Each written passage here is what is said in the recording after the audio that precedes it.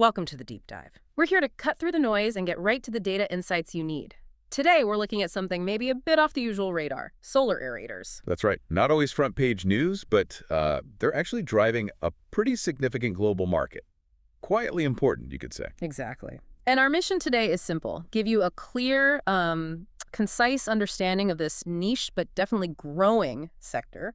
We're diving into the global solar aerators market forecast 2021-2033. Think of this as your shortcut to getting up to speed. We've pulled the key trends, the opportunities, all straight from a detailed market report. So we have real numbers, 2021 figures, projections for 2025, and forecasts right out to 2033. Okay, before we hit the numbers, maybe just a quick reminder of what these things are. Solar aerators. Good point. So essentially they use solar power, PV panels, to pump oxygen into water. Really crucial for things like fish farms. Aquaculture needs that oxygen. Right, and wastewater treatment too. Absolutely. Helps break down pollutants. Yeah. And even just keeping ponds or lakes healthy, preventing stagnation. So a sustainable solution, especially useful, I guess, where grid power isn't reliable. Or maybe not even there. Precisely. That off-grid capability is key in many places. Okay, let's get into it then. The big picture first, globally. Back in 2021, the market revenue was sitting at just under $113 million, so $112.887 million to be exact. Yeah. Fast forward to 2025, the projection is about $138.4 million. And then looking way out to 2033, we're talking a pretty substantial jump to $208 million. Yeah, nearly double the 2021 figure over that period. And that works out to a global compound annual growth rate, the CAGR, of 5.226%. That 5.226% CAGR might not sound like explosive compared to some tech sectors, but for a specialized market like this, it's actually very solid, consistent. Yeah. What does that consistency tell us? Well, it points to real fundamental demand growing steadily. It's not hype. It means businesses, communities, they're actually investing in these things for essential stuff, aquaculture, water quality, wastewater, especially those sustainable off-grid applications. Okay, foundational growth. I like that. So that's the global view. Let's break it down by region now. Maybe start with North America. Sure. All right, North America, 2021 revenue was just under $28 million. That's expected to grow to over $47 million by 2033. The regional CGR there is a bit lower than the global average at 4.523%. Still respectable growth, though. Definitely. Now, within North America, no huge surprise, the U.S. is the biggest slice of the pie. Around $22 million in 2021, heading towards $37 million by 2033. Makes sense, given the scale. But here's something interesting. Canada, starting smaller at about $3.7 million, is actually forecast to grow faster, about 5.1% CAGR compared to the U.S.'s 4.4%. Yeah, that is interesting. What do you make of that? Well, you tell me. Does it suggest maybe Canada's market is a bit less mature, more room to grow quickly? That's very likely it. A younger market, maybe more untapped potential, could be specific policies driving it, provincial initiatives perhaps, or just growing awareness catching up. The U.S. being more mature still grows significantly because it's large, but that slightly slower rate might mean they've already adopted it more widely. In Mexico, it's showing solid growth too, around 4.7%. Right, and that fits the pattern we see elsewhere, these technologies finding really strong footing in, developing economies. Practical, affordable water management. Okay, let's jump across the Atlantic. Europe. Total sales there in 2021 were about $24.6 million. Projected to reach almost $43 million by 2033. And the CAGR for Europe? 4.787%. So slightly higher than North America, but still below the global average. Okay. And within Europe, it gets quite varied, doesn't it? It really does. You described it as almost a two-speed market earlier. Yeah, I think that captures it. You got Germany leading the pack, strong growth in your 5.5% CAGR. That suggests really robust adoption. The UK is also doing well, over 5%. Then you have a solid block. France, Italy, Spain, Sweden, all growing consistently in that 4% to 5% range. Pretty healthy. Definitely. But then you look at, say, Russia. Much slower. The CAGR there is only about 3.2%. Wow, quite a difference. Why such a lag? Well, it could be a mix of factors, right? Economic conditions, political climate, maybe specific challenges around rolling out renewables. It's hard to say definitively from just this data, but The contrast is stark. It certainly is. And then smaller countries like Switzerland, Denmark, Luxembourg showing growth too, but perhaps more moderate, around 3.6% to 4.3%. Right. It really highlights how diverse the European landscape is in terms of adopting these kinds of green technologies.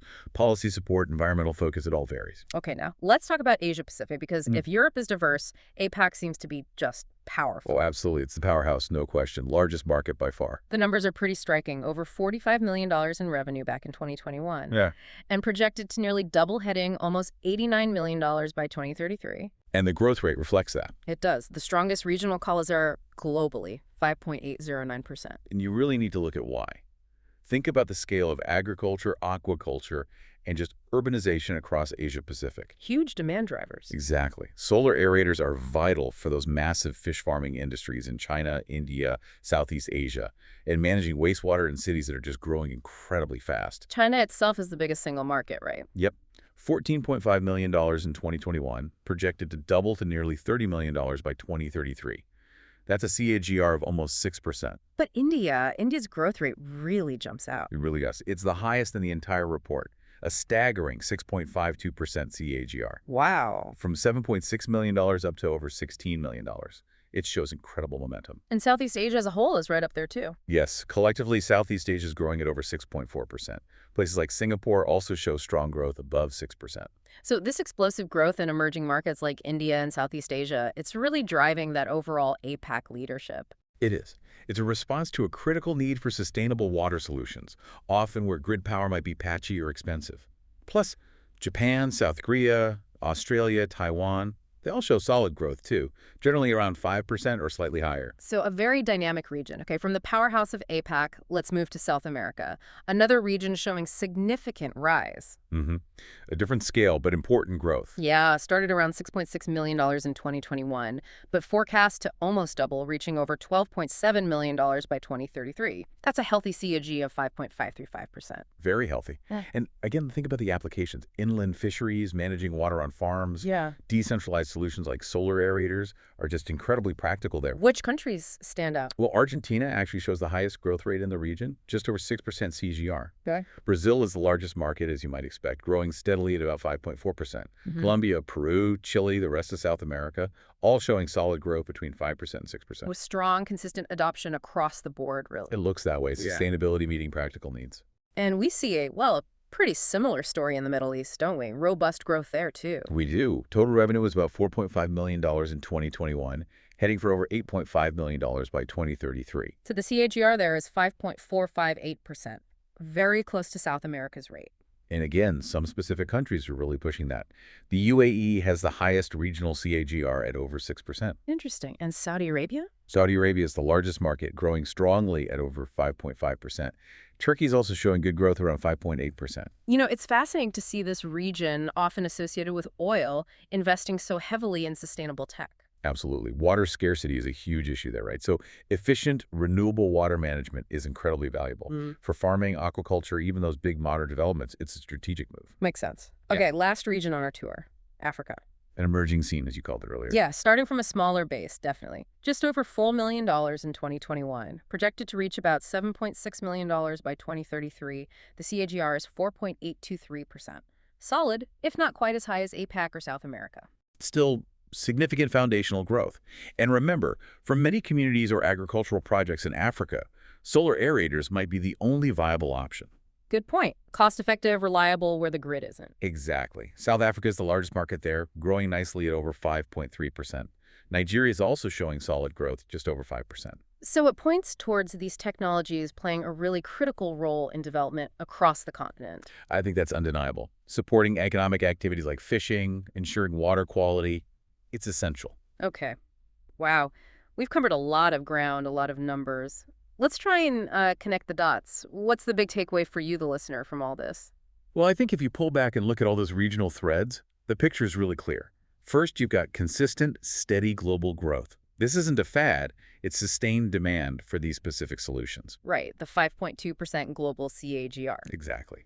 Second, Asia-Pacific is just dominant. It's the leader in size, yes, but maybe more importantly, it's leading in growth, especially those accelerating markets like India and Southeast Asia. That high gear growth. That's the one. And third, you see this pattern repeated. strong growth in developing economies across South America, the Middle East, parts of Africa. It really tells a story about a fundamental shift in managing water quality, Yeah. driven by environmental needs, yes, but also just crucial economic development. It's maybe an underestimated but definitely vital and expanding global niche.